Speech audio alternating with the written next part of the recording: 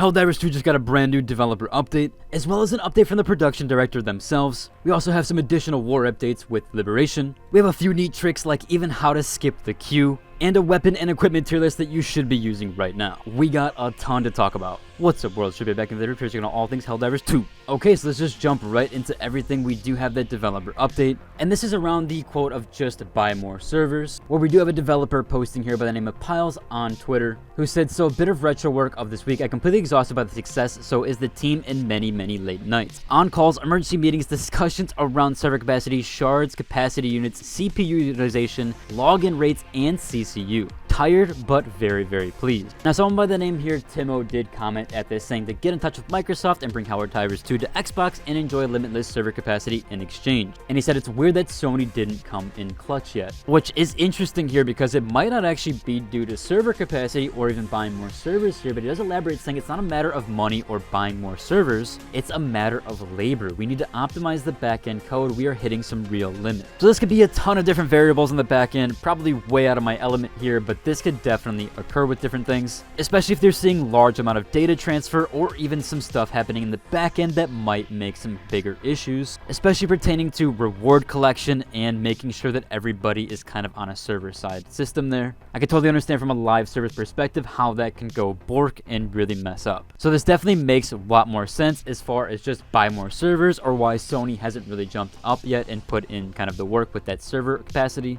However, this does seem more in tune and in line with what's going on currently, and makes a whole lot more sense on why this is such a big issue. And obviously the back-end stuff with this, especially live service games, can be really complex, especially from a smaller studio that isn't used to this type of popularity. Hopefully they do get it fixed sometime soon, because I do know that players only have so long with certain frustrations. However, we do have some good news with that there. So this is an actual update from the production director, giving a brief update about the upcoming week for HD2. They go on here to say, we have improvements rolling out this week focused on the most serious problems in the game: login, matchmaking, and server load. You will see one update for PC and PS5 tomorrow, although they do go on further to address it. They say, please keep in mind that no single update will solve all these issues. Rather, we will be continuously improving over the days and weeks to come. Obviously, they do go on here to say that they're working very hard on all this, so it does bode well for the future of the game, as well as what we're getting for some updates. So I will be covering that update tomorrow on all the patch notes and what's been happening. Now, we do also have a war update where Finward 3 was actually liberated, so this does mean it's going to be a bit harder to do the sample farms, as apparently Finward 3 was actually really good for sample farming,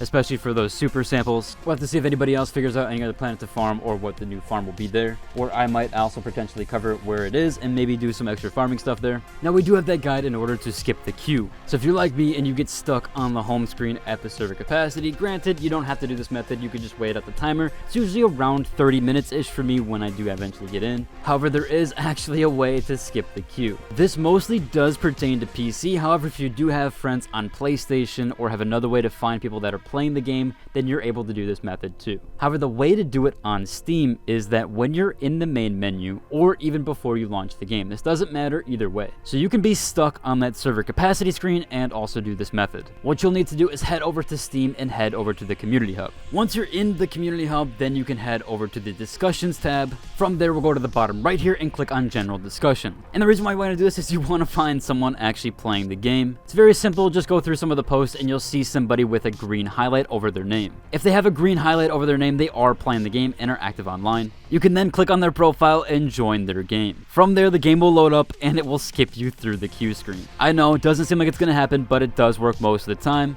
If this doesn't work, I would suggest just relaunching your game, as it's really worth it because it doesn't take that long. Half the time, I didn't even connect to the game, but I still got in. Now, you might find some people with a private over their profile or not allowing you to join. Just look for another one that doesn't have that setting there. You should be able to find someone actually very easily after a few topics. After going through them, you'll find a profile, click on join game, and again, it will load in and will skip you through the entire queue. I'm sure this will get patched eventually, or maybe the server problems will be fixed by then, but I at least figured I'd give you guys some tips because I know how frustrating it has been to get into the game. Moving on quickly to some last minute mentionables here. I do have that tier list that I have been using to level my character. And yeah, this tier list is a really good one for both the weapons and the actual equipment, or as they're referred to in this game, the stratagems. This has been my go-to to check some ones out and kind of pass up on the worthless ones. So far I have been using the autocannon and the S tier, as well as the orbital laser and the actual sentry and turrets. I will preface that I am only level 19, only playing with the game for a few days, however this tier list does seem fairly accurate. And I'm a really big fan of the autocannon gun, so that's definitely a good one on my list. Definitely worth checking out both of these tier lists to kind of help you in a further direction and make sure that you don't waste too many points on something that you probably won't end up using. If you are looking for Helldivers 2 content, I should be covering all the patches and everything kind of going on with the game.